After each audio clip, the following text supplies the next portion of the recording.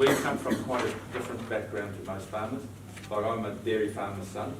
Vanessa's city born, coming out on the land. We both have science degrees, so ecological sciences, they're our specialties. So we've kind of brought that expertise and that training to what we've done, and hence a lot of the monitoring that we do. We like to measure some of those things that we're doing from the science angle, but also we don't want to put too many inputs into things too as well. We're getting lazy, I think. But mine's a different picture. I see this, here's the Papatūānuku, here's our world, here's our earth, the most important part, and then I'm looking out there, there's our atmosphere basically around this earth that we've got. It's a pretty fragile earth, and when you're up near the mountain up there, you realise just how thin that atmosphere is.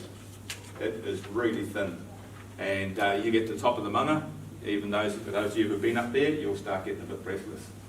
So you know it's only a thin little piece we've got to work with. So I'm sort of looking at that whole atmosphere that we've got to manage, and in particular things like water and the soil. So I think the same thing that Vanessa mentioned, like plants, wildlife, our people, our animals, our grass, our diversity and stuff, we try and respect all those things. So we take a very holistic approach.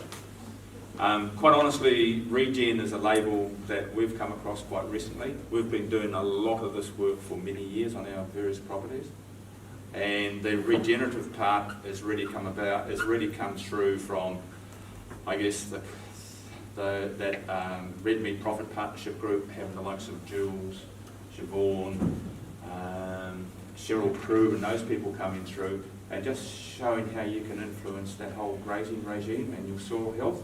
Because soil health has always been a thing in my mind, how we can improve it, but I've never really known how. And I think we're obviously learning a lot about that. So that soil health element is, we can see the changes, and I think Vanessa's run through most of those. I don't think I need to say too much about those.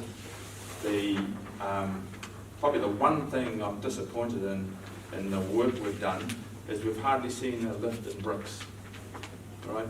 It's sitting 5, 6, maybe an 8, which sometimes I think is pretty pathetic. I'm looking for 10s and 12s or more. So we've got a bit of work to do there on that, trying to identify what that is. But it may be our journey's not quite as fast as maybe what you are doing, Jules. Ours is a slower journey. I'm working with the diversity we've got in our existing pastures. We're adding some little bits just as a bit of experiment, just to see what things look like. And we did a bit of oversowing on some pasture, and it didn't quite get it right.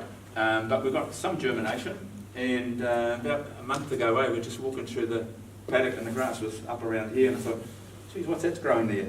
And the stock had been through, and they'd pulled out all the daikon radishes, and we had these big daikon radishes growing in the soil, and I thought, wow, and then we knew they were there until the stock had been through and started pulling them out and chewing the tops of them. So we can do it in our way, but I think we will be quite, quite careful of how we do that side of it, and we'll try and work with the natural process to improve that if we can. If you think about all the things you're measuring, what would you value the most? Yeah, I think water's number one. And in terms of our big challenge, like most farmers, is methane. I'm not sure what we're going to do there. We're trying to get better efficiency in our animals, grow them faster, finish them quicker, but we stumble with animal genetics. We're beholden on what other farmers produce, really. It's a challenge, so I think that's another challenge in the industry for us. Great. Thank you so much.